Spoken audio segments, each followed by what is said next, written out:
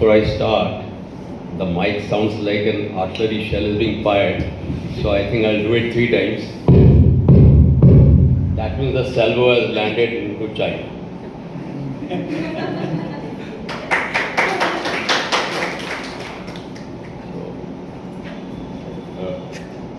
Professor Pandey, the director, Professor Satish Kumar, and Shri Vikramadasji, and the scholars in the audience. Good evening to all of you. It's my privilege and honor to be amongst scholars, PhD scholars, who I dare say will have more in-depth knowledge than what I'll have. And the rostrum also represents academicians and scholars, and whereas I represent the Barood. So now the subject today,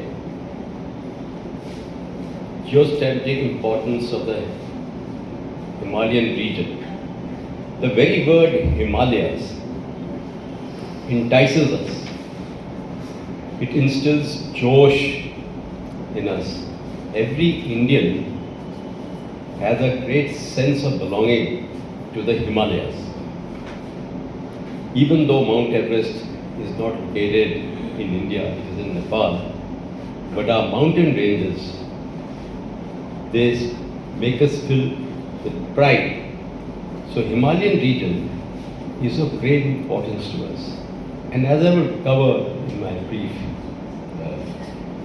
talk, how it matters. Now, the Himalayan region, I would say, is not only a majestic geographical landmark, as I alluded to it, but it is a strategic pivot in global geopolitics. It sits at the crossroads of South Asia, Central Asia, and Indo-Pacific. And I would say in today's globalized world, West Asia also. So it is, the Himalayan region is the centrality of strategic affairs in the world. It has a lot to dictate to the balance of power.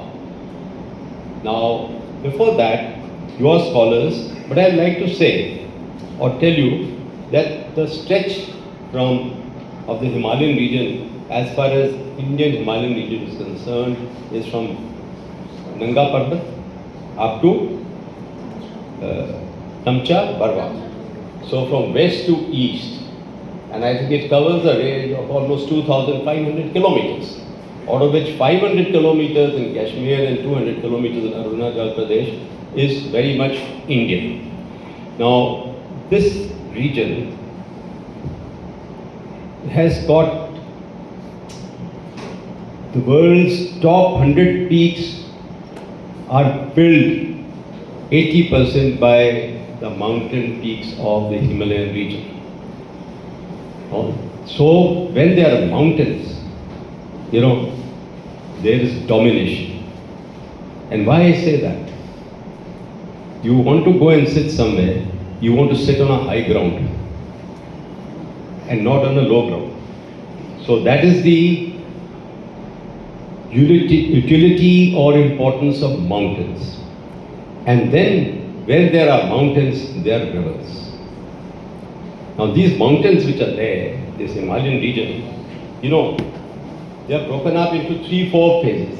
The lower Himalayas, the Himalayan range itself, the Tibetan plateau, and the northern Himalayas, which goes into Eurasia. And this Eurasia today may not appeal to you, but Eurasia has been very important. I will refer to, has anyone read or known the name of Mackinder? So he was a British geographer, a great strategist, and he gave the theory of hinterland. Yes? Heartland, sorry. Theory of heartland. And what he said, that the Eurasian landmass would dictate the world power. Whoever is occupying that, and he was alluding to Russia, Ukraine, and they are at war today. And at the simultaneous manner, I will say that Eurasia, what Mackinder, which was 20th century, he referred to, today's geographers say that Eurasian extent goes right up to Southeast Asia. And why? Because of time and space having been decreased, diminished almost. So there is a great connection. Now why I have touched upon Mackinder? Look at this landmass which the Himalayan region gives to you. In 1947, when we got independence, the then Prime Minister Nehru could not have that vision.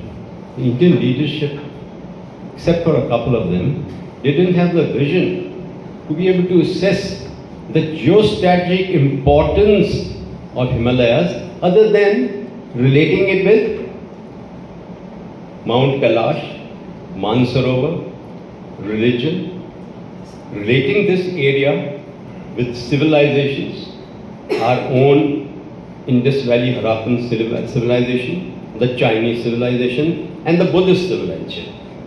Now all these three civilizations have got areas of convergence as well as areas of face-offs with each other. And you know, when I refer to civilization, it also includes, I will include religion, ethnicity.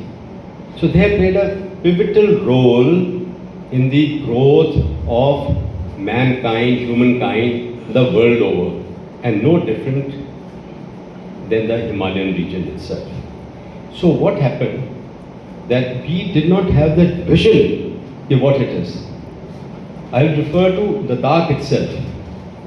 The Prime Minister then said, what is the need of the army where not a blade of grass grows? And today everything is growing there.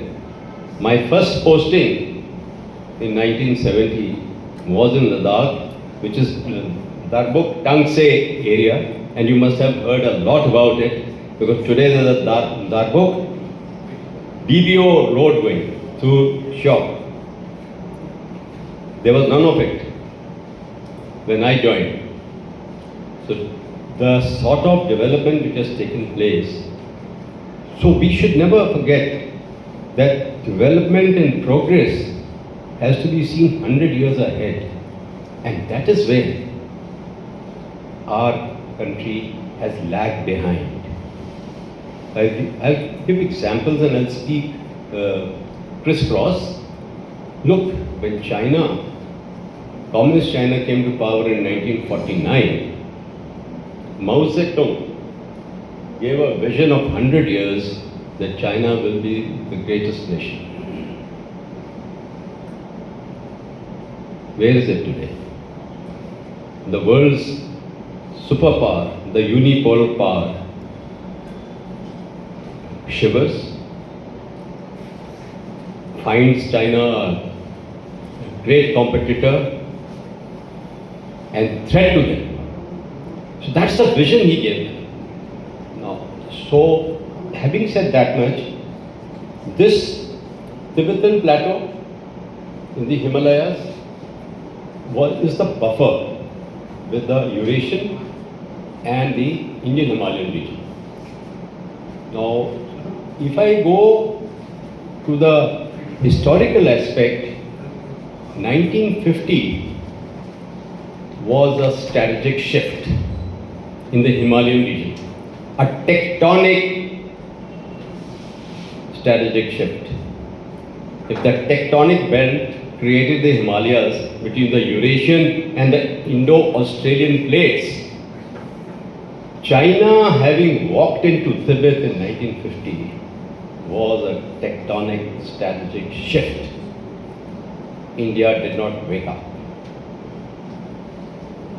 There was an ambassador in China of India, K.M. Panikkar.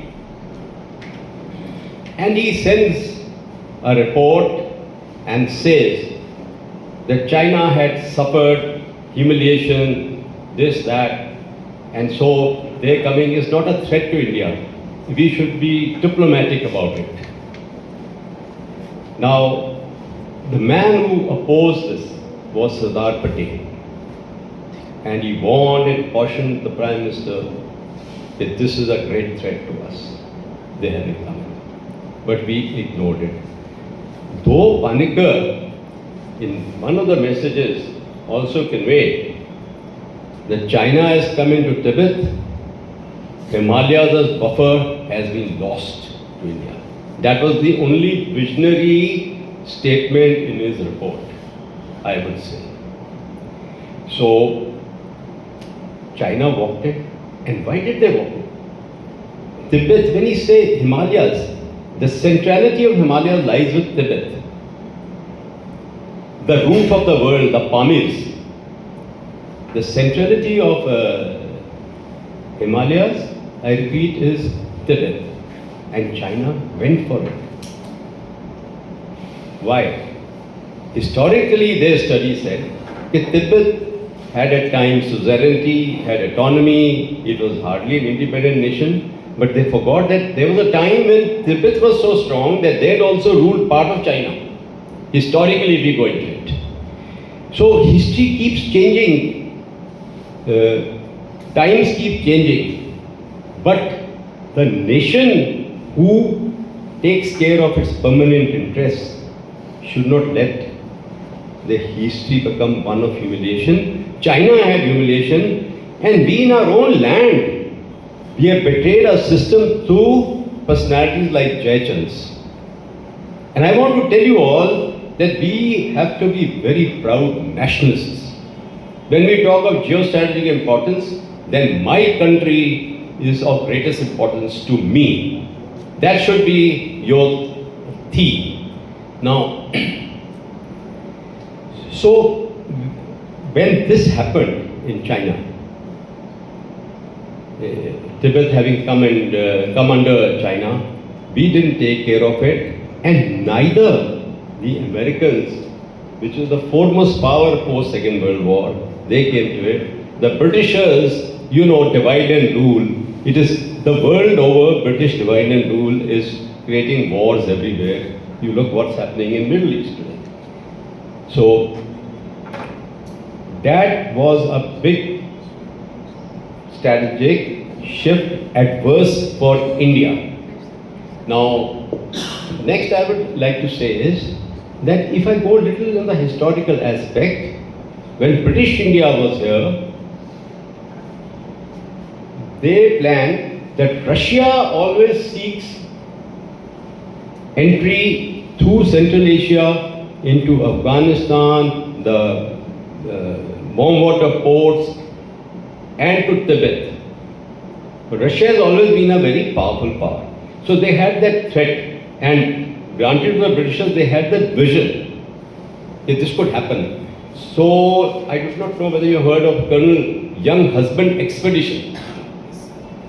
So 1812, I think, was the year when Colonel Young Husband Expedition went, studied the Tibet region, and they came out. Okay, we must go out forward policy, I would say, and they engaged the Russians, in talks, negotiations.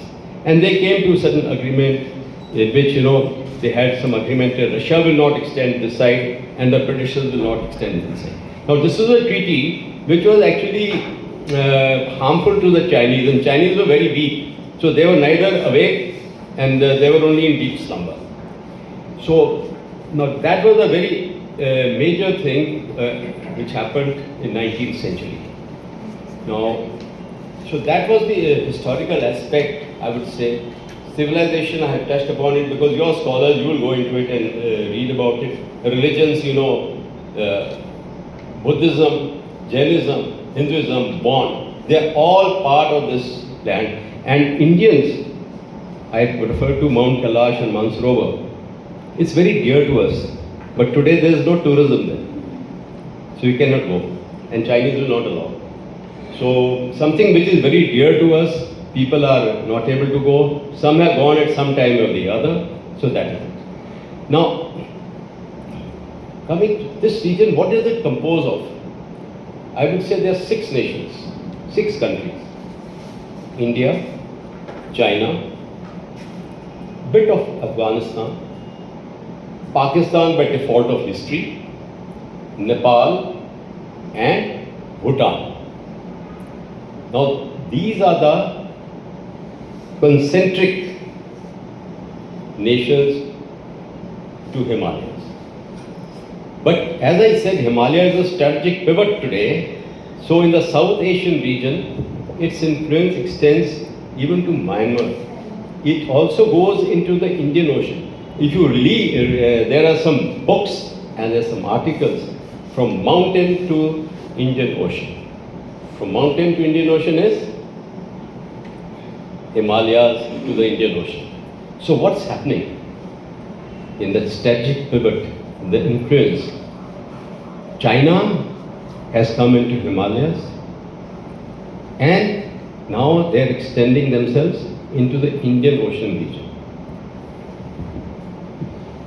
China, when I say, has taken the lead, because if Tibet was central to Himalayas, today China is central to Himalayas. What 1950 did was, it militarized this region. And because of this militarization, till to date, look what has happened. This region has got the highest military density deployment in the world of the military forces, armed forces. India, China, Pakistan. And fiercest weapon systems existing, missiles, rockets, jets, aircrafts, artillery systems, today tanks. So what it has done, when we say militarization, military is very good for the security. But military presence degrades environment. It adversely affects ecology. And to a degree, climate also plays its role. So I will give you an example of Sichuan Glacier, where there was nothing. A glacier which is so big, and Sichuan and Bilafonda, they are the 2 second and third largest glaciers existing. Because of the military being there, and also having been open to tourism and military and expeditions, there has now been a lot of pollution which is sitting there. If the military would have not been there, there would have been very few expeditions going. So this is all which is happening in the Himalayan region. And we have to really take care, as you all students, you have to really see what should be my areas of study. And in this, there's certain questions which I like to throw to you for your consideration. And you as scholars must invoke answers. My first question will be, in what ways China expanding its revisionist goal in the Trans-Himalayan region through renewable energy projects, including the BRI, what effect it's having? So I spoke about river systems. What have the rivers done? China is building dams. The Zangmu Dam, which is in the Great Bend, which is of great in Brahmaputra, it is adversely affecting our northeast. They have also come up with dams in the POK area.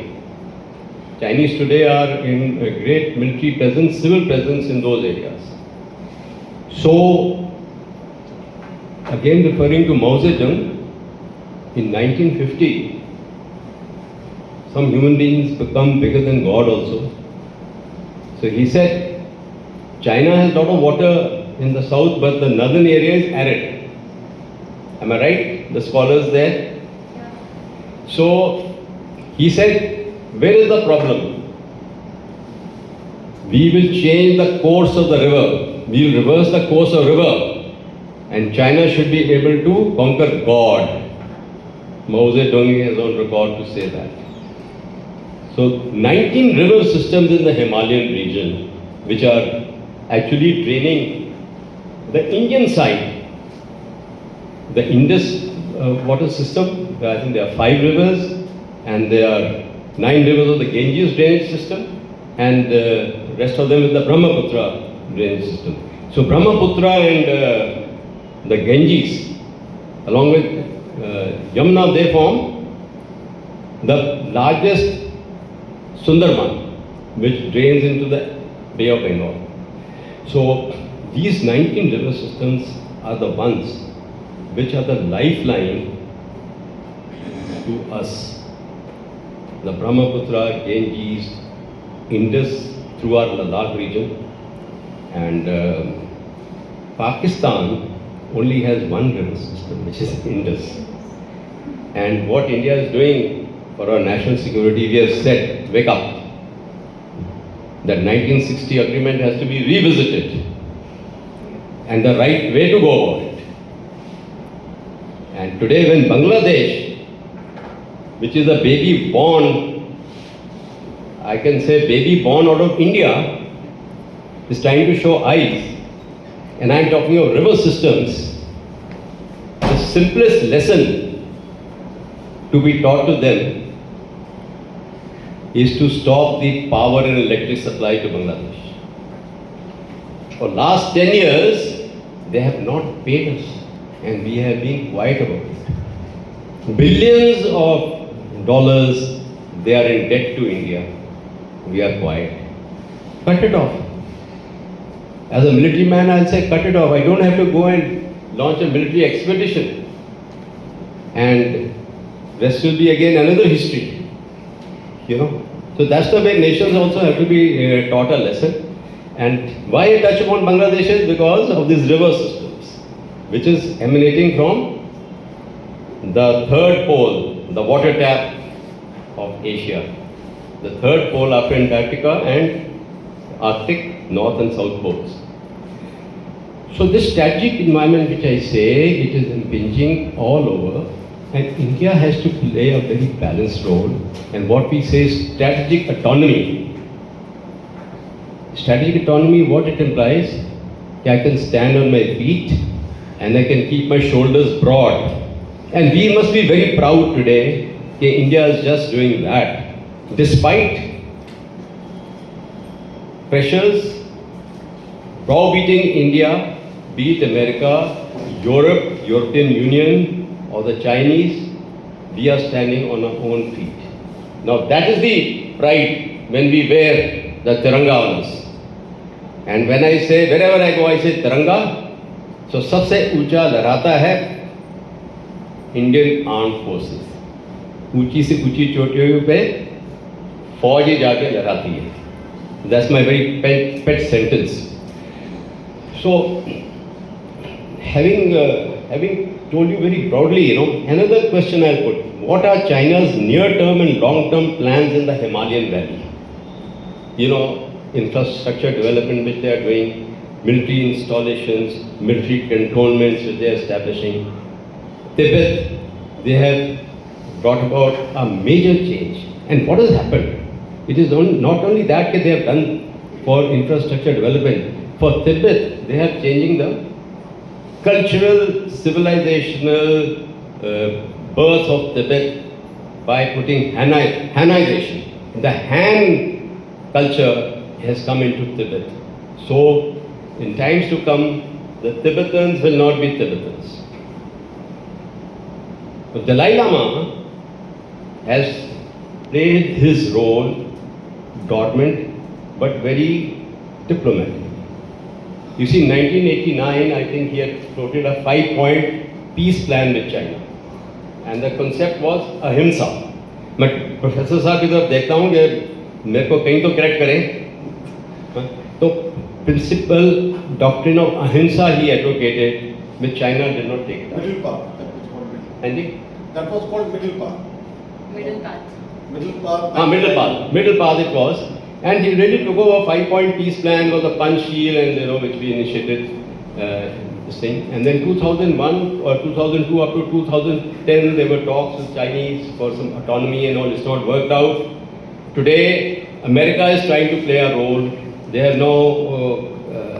Our Senate has passed the bill. The President has signed the bill in July this year. It is revisiting the Tibet autonomy, Tibet-China relations. But they've fallen short. They continue to recognize Tibet as part of China. That they will not change. It is for autonomy and cultural exchange and to give a voice to the Tibetans. That's what they. So what India can do? India can join hands, should we? There's a lot of talk when Chinese have done this in 2020, come to Galwan, okay, we should revisit the Tibet policy, one China policy. But, when we want to do that, any nation, you got to, if you want to show your eyes, then you got to have comprehensive national power. That's the one which gives you the ability to stare into the enemy, stare into a bully. That we have to still acquire. And how we can acquire? You and I. The youth has to acquire. We have to do it for the nation. And so, I have gone round largely on the Himalayan region, touched upon it in a very crisscross manner. I'll share another question with you. Are China's mega dams and large-scale renewable energy projects essential for clean energy? Or are they greenwashing initiatives as a mean to geopolitical ends? We have to be very clear. You see, China, when this river projects which were doing the dams coming up, they don't share any river data. They are not in any treaty with any country. So India doesn't get any data from China. So it's a great disadvantage. Now these dams also, glacial lake bursts have taken place, and India is the downstream to China in that. So we are at a disadvantage. And why we are also very careful with Pakistan is that China might come in. If we do something in the Indus, China might react. Now likewise in Bangladesh also, China might react. So I think I will close here. We'll have a question answer. I've spoken quite a bit and no one asked me to stop. Looking at Vikram Dadya ji also. So sir, actually the format is that rather than engaging in a question answer, हम प्रोत्साहित करते हैं लोगों की वो अपनी बात रखें। Yes. प्रश्नोत्तर के साथ साथ अपनी बात रखें और एक पंक्ति दो पंक्ति में अपनी कोई बात रखें, फिर उससे चर्चा को आगे बढ़ाएं।